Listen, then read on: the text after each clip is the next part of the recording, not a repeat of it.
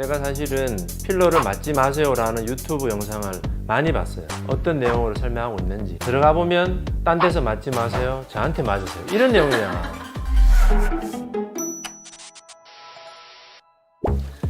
원장님 처음 만났을 때 필러 맞지 말라고 그랬었잖아요. 사실은 제가 유튜브를 찍게 된 가장 큰 이유가 필러입니다.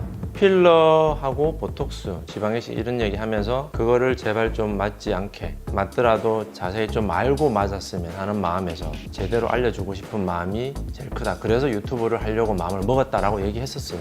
그럼 제가 왜 이렇게 생각을 하게 됐냐면, 뼈 수술을 하니까 뼈 수술을 하면서 피부를 들어가서 안에 조직을 보니까 필러로 인한 문제들을 알게 된 거예요. 한 3, 4년쯤 됐어요.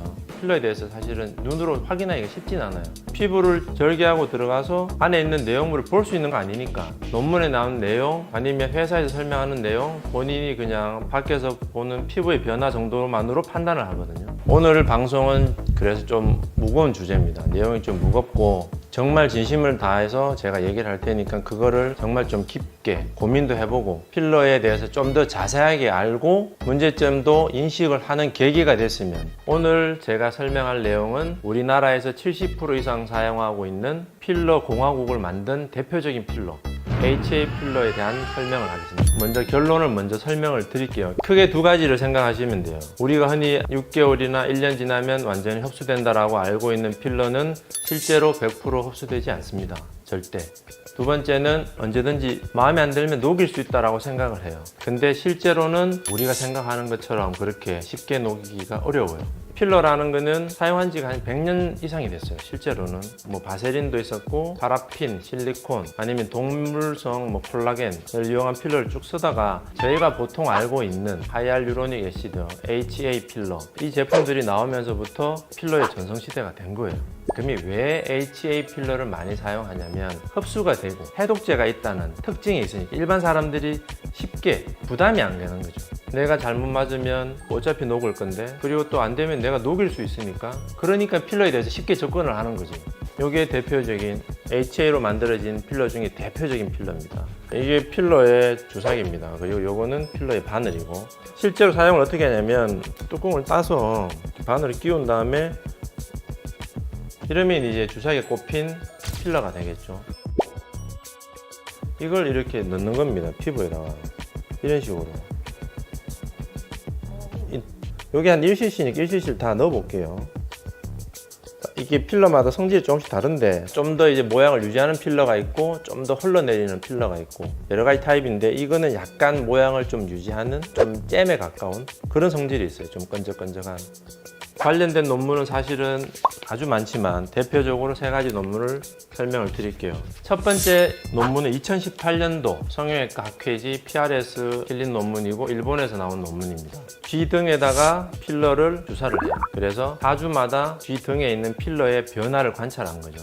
결론이 뭐냐? 첫 번째, 볼륨. 필러는 처음에 4주 동안은 오히려 부피가 커져요. 그러다가 4주째부터는 쭉 흡수가 됩니다. 작아지는 거죠. 부피가 점점 줄어드는데 계속 줄어들진 않아요. 어떻게 되냐면 처음에 부피랑 한 64주째 부피랑 거의 비슷해요.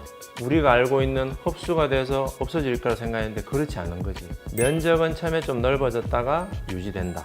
물론 높이는 계속 낮아집니다. 두 번째, 조직 검사에는 어떤 변화가 생기냐면 4주째부터 원래 같으면 필러만 들어있어야 될 텐데 필러 속으로 조직이 들어와요. 이유는 여러 가지가 있는데 주사 바늘을 통해서 따라 들어온 것도 있고, 필러의 성질이 우리 몸에 있는 콜라겐 성분, 그 다음에 섬유모 세포들이 자랄 수 있는 환경을 만들어주니까 필러 속으로 쉽게 얘기해서 우리 몸에 있는 세포들이 들어가는 거야. 뒤엉키는 겁니다. 쉽게 얘기해서. 결론을 내보면 필러가 흡수되지만 우리 몸에 있는 조직이 그 흡수된 필러를 대신하는 거지. 그래서 처음에 있는 필러 부피랑 나중에 있는 필러 부피가 유지가 되는 거예요. 거의 비슷하게. 이 내용이 뭐냐? 필러는 흡수되지 않는다는 얘기예요.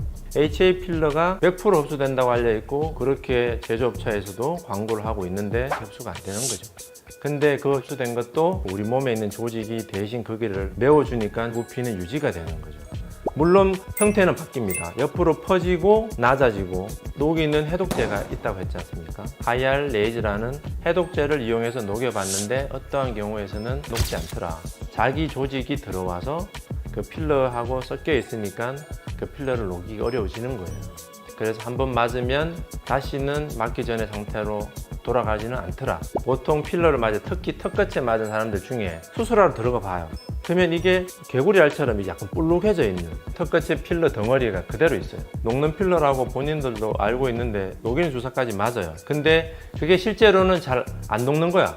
수술할 때 그대로 남아있고. 한 가지 당부드리고 싶은 거는 시간이 지날수록 내 몸에 있는 조직이 들어간다 했잖아요. 좀 더 빨리 녹이면 녹을 확률은 더 높아져요. 그게 대략 4주예요. 한 달. 그래서 내가 필러를 넣었어. 내가 생각했던 것보다는 좀 다른 결과가 나왔고 녹이고 싶은 마음이 들면 되도록이면 한 달 안에 녹이는 것을 추천을 합니다. 그리고 필러 녹이는 주사 맞고 나서 4일 동안 활발하게 녹아요. 그러니까 뭐를 딴 거를 수술 같은 걸 해야 된다. 필러 녹인 부분에 수술을 다시 해야 되는 상황. 4일 전에는 녹이는 거를 추천을 해요. 여유 있게 한 일주일 전에 녹이면 되겠죠, 그죠? 논문의 내용을 보고 이제 코멘트를 한 의사들이 있어요. 현재 필러를 시술하고 있는 모든 의사들은 이러한 내용을 반드시 숙지하고 있어야 된다. 이러한 코멘트에 굉장히 공감을 합니다. 환자들이 알고 맞는 게 얼마나 되겠어요. 놓는 의사들이 내용을 정확하게 이해를 해야 돼요. 필러의 부작용이라고 할 수도 있지만 필러의 특성인 거예요. 두 번째 논문은 피부과에서 나온 논문이에요. 이 논문의 내용도 역시 필러가 흡수되지 않고 우리 몸에 남아있게 되더라. 그리고 주로 마지막에 지방세포로 바뀌더라는 내용이에요. 근데 보는 관점이 전혀 달라요. 오히려 그걸 좋게 보는 거예요. 이게 오히려 뭐 볼륨을 높인다든지 노화를 방지하는 데 더 효과적이겠더라. 그렇게 해서 이걸 더 발전시킨 개념이 스킨 부스팅 필러라는 개념이 여기 나옵니다. 그게 무슨 얘기냐면 필러에 자가 조직이 들어오니까 그걸 좀 더 오랫동안 유지할 수 있도록 그런 개념의 필러를 만든 거예요. 여기 보시면 스킨 부스터 초창기에 나온 레스틸렌이 아니에요. 그냥 얼굴에 남아 있어도 별 문제 없는 거야. 그렇게 생각을 많이들 해요. 근데 그게 아니에요. 왜냐하면 남아있으면 그 자리에 그대로 있어주면 좋은데 그렇지 않은 거야. 보통 사람들 어떻게 생각하냐면 맞았어요. 없어지더라 이거지. 그러면 녹았다 생각하는 거야. 특히 팔자 있는데 위치를 바꾼 거지. 그 부피가 없어지지 않아요. 얼굴이 커지고 처지는 거지. 그러면 점점 얼굴의 모양이 나쁜 쪽으로 가는 거죠.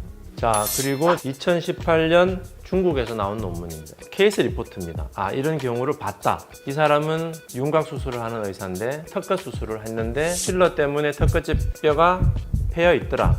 여기 보면 여기 사람의 CT 사진이에요. 여기 보면 이렇게 꺼져 있어요. 패인 거야. 아이스크림 떠먹은 것처럼 패여 있잖아요, 그죠? 이거는 수술실에서 찍은 장면이에요. 보면 여기 뼈가 여기 한 군데 두 군데 이렇게 패여 있어요.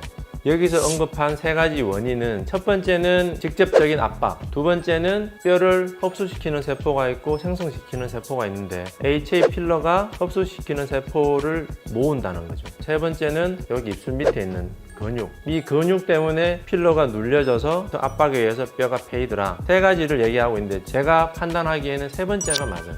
여기 턱끝에 필러를 놔도 모든 사람이 패이는 건 아니에요. 뼈 바로 위에 골막에 가깝게 근육 밑에 놓으면 이렇게 됩니다.